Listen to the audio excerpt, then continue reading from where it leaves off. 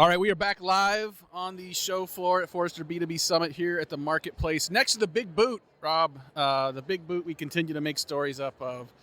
There was a rumor that it was here before the conference center, and they built the conference center around it. It's an ancient boot. I'm waiting for something to pop out, like a John Wayne impersonator. Like a rabbit coming out of the boot? At a recent Vegas conference, our company had a trade show.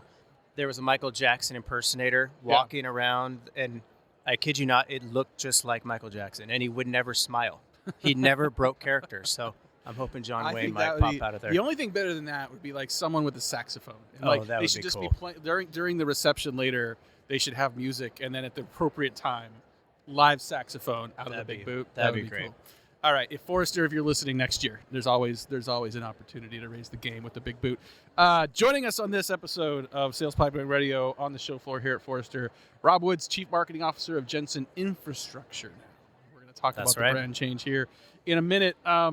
There's so many areas we can go on this. I would say it's if I had to sort of put into a breakout session at this conference someone with roots in semiconductor MarTech.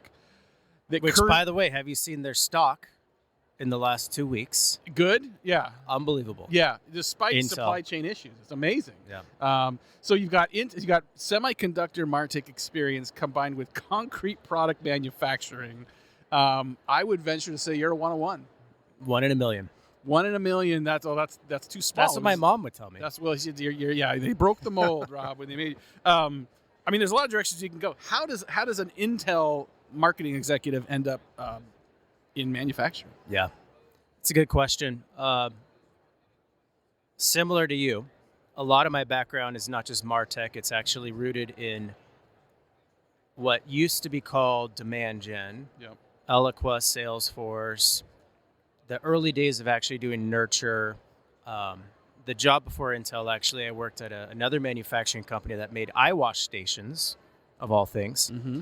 And it was around that time that I kind of got the love and chops for how I can leverage technology to really grow a business in a way that they'd never seen before. That was a 100-year-old company, never had used Salesforce before, and really started loving the data side of marketing, as well as the ability to use that really to provide content just in time to when a buyer needs to hear about it. So at Intel, that was really my main focus. It was focusing on really demand response. So not just standing up platforms, but standing up the people to follow up.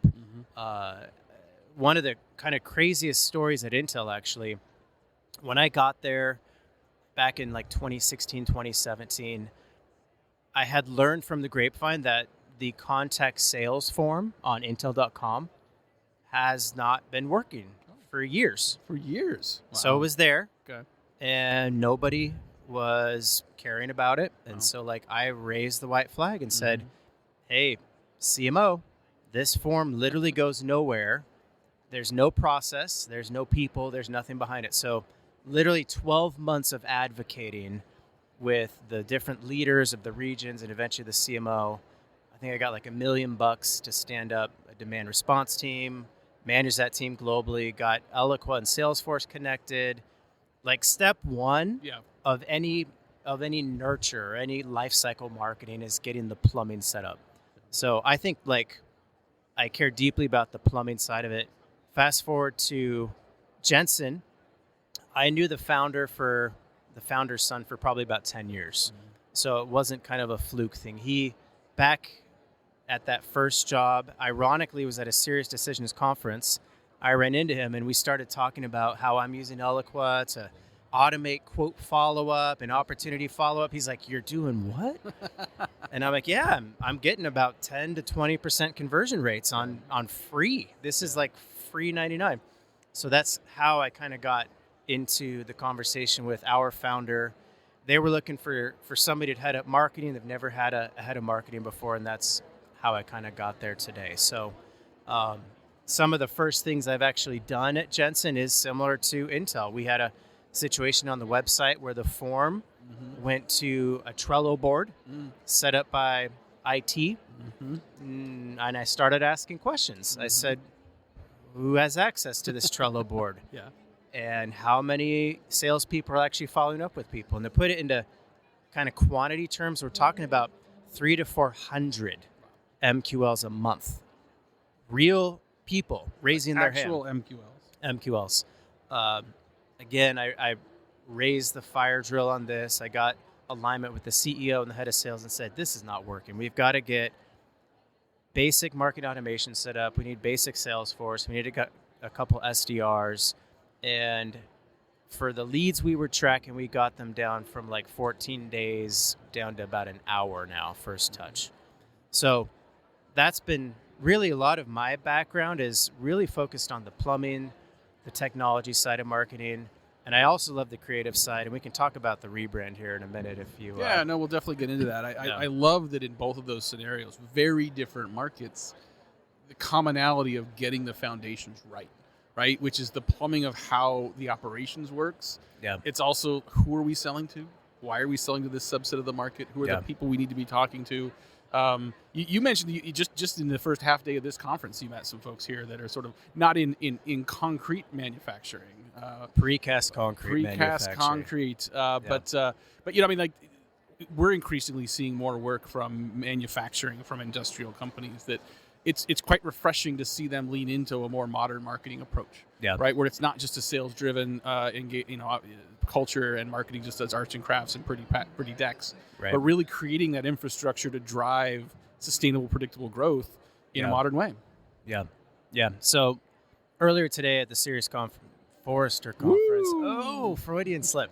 I was talking to Matt earlier. I met a guy who is in a similar world to me in that he is trying to really get these older manufacturing companies up to kind of a modern marketing type of approach. And what's kind of the macro lens of America right now, which is really interesting, is you're starting to see a lot of these founder-led, older baby boomer GM and owner type of folks retiring out of their manufacturing companies or their precast concrete companies with really nobody to come in.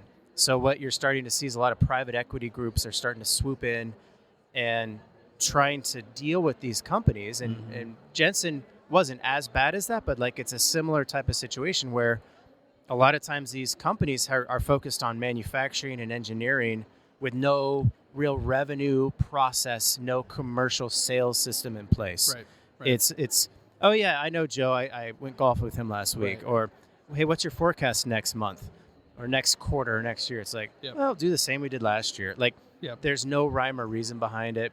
And so there is ripe opportunity to really drive some frameworks around life cycle stages, project stages, opportunity stages, and really with a foundational backbone in data, which is something my company still struggles with. I was mentioning to this gentleman earlier, we were talking about like accounts and account data. And I was lamenting to him that like our current situation is when I ask the sales team, can I see your target account list for next year? I get like 7 Excel files, some Post-it notes put on my desk.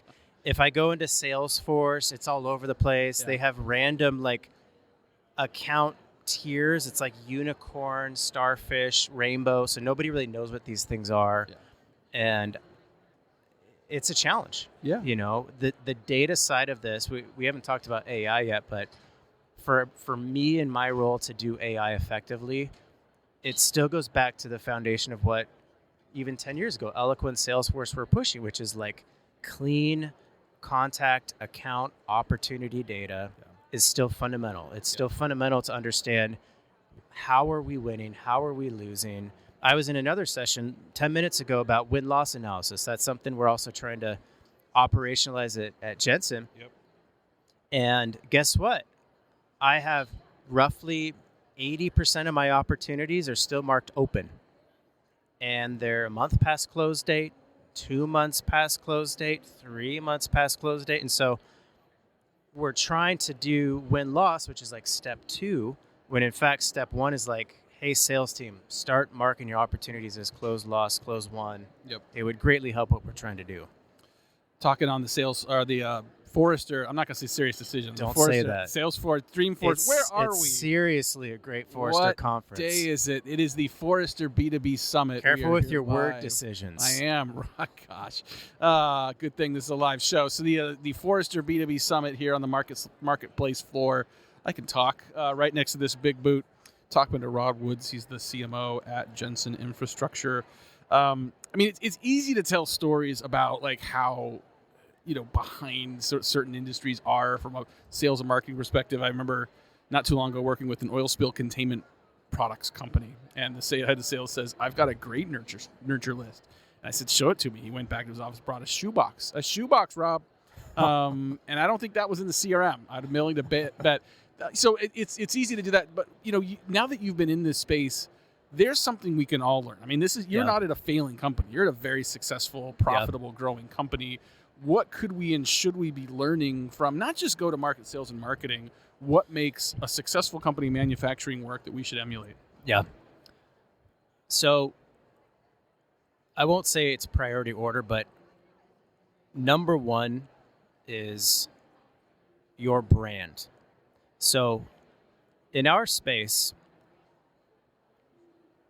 brand equity, your NPS, really what people think about you, it's not really a well-known topic. Mm-hmm. We talk about brand in consumer products. Intel's a great brand. I learned from, 2 jobs ago, I had a mentor who was the head of brand at GM and Toyota. So like brand was something that was educated in me early on, and I became a believer in it. So what has been working at Jensen is we actually underwent a significant rebrand over the last couple of years. So we initially were called Jensen Precast, and the word precast, for those who don't know, it's a way in which you manufacture large concrete products. Mm-hmm. So think about a concrete culvert that goes under a bridge, or underground you might have a big utility box where a bunch of wires come in. We're talking about figure 8 by 16 foot monstrosities, big things. Yep. It's a type of manufacturing technique that's like knitting or welding. So number one, we had a word in our name which wasn't really depicting who we were as a company, which was that's how we make a lot of our stuff. Mm-hmm. But we also have a metal department. We also work with fiberglass. We also work with plastic. Those are all materials. At the end of the day, what are we here to do? What are we trying to service? And we're trying to build up America's infrastructure, which is a much bigger deal. When we think of the word infrastructure, people instantly and clearly think, oh, okay, I think I know more what this brand is focused on. So we've seen some pretty big impact as we've rebranded. So it wasn't just new logos and new colors. I think that's been helpful, but it's really been a different way in which we have both from an outbound perspective talked about the company. So we're not just this precast products company. We do completely custom solutions. Mm-hmm. As a matter of fact, more than half of our revenue comes from custom work, which is not the standardized stuff. When I would walk out in trade shows, I like to be in the trade shows and just talking to customers a lot and engaging, like, what do you think about the brand? Do you know what we sell? Do you know what our solutions are? What hurt my heart more often than not is people did not know the stuff that we went beyond precast. Mm-hmm. And shame on marketing, but like that also is a huge opportunity, right? Anything you see as a problem is an opportunity in disguise. So some of the things I feel like worked really well for us, number one, really assessing your website. And, you mentioned earlier, understanding your target market. So in our case, we kind of have 2 number one target markets. It's engineers and contractors. And we have done a great job with contractors forever. Mm-hmm. You had mentioned your dad's Caterpillar. In the construction industry, it's all relationship. Yep. So that contractor world, we know well. We work with these guys really well. Engineers, not so much. That's a new thing for us. So what does the engineer expect when they hit our website? Do they know what we have, what the art of what's possible? So we've had to really reimagine our messaging, reimagine even our tactic mix. Mm-hmm. So this year in particular, and we've used a lot of AI to do this, but I've built kind of I'll call it a operating system, quote unquote, for projects and case studies. This is something engineers and contractors eat up all the time. Before this was in place, like last year, we would bust out maybe one every couple months. This year, we're on track to do one a week. So that's been really helpful at driving. I think we're up like 550% on our website just from that type of traffic. Yep. And so for us, brand is not TV commercials. It really is driving home all of the elements of really a case study. Hey, come work with us. The art of what's possible, showing them. Engineers love to see the type of stuff that's possible. Well, and I love that difference between precast and infrastructure. Precast is something you do. And then you said infrastructure, but you said America's infrastructure. And that you can start to tell such a visceral story. Yeah. When you can talk about like, hey, like, we've built some of the greatest infrastructure in the world, but some of it's deteriorating. And we can be one of the heroes to help solve for that. Got just a few more minutes here with Rob. I wanted to talk about the culture change and change management side of everything you've done. This is a almost 60-year-old company. And I don't care what your industry you're in, but if you've been around for a while, you mentioned sort of the owner's son, when you've been around for a while, when it's a family business, change is hard, right? And sometimes like there could be sacred cows, even if it's obvious to everyone else, like this, this name, this brand needs an upgrade. What were some of the best practices for you to successfully navigate that brand change? So our company has roughly 14 unique plants from Missouri westward. And each of those plants has a GM with a P&L, little fiefdoms. So I work at corporate, and one of the biggest challenges that I've had to work with is within that space, really sitting with the different plants and the GMs to better understand what are their challenges, what are their needs, and how can we come alongside them.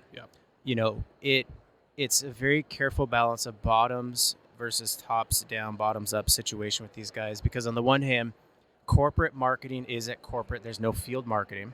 So I own all the brand, all the marketing. But at the same time, these guys have their plants to run. They have their P&Ls to run. So it really is, number one, sitting with these guys, better understanding their needs, their challenges.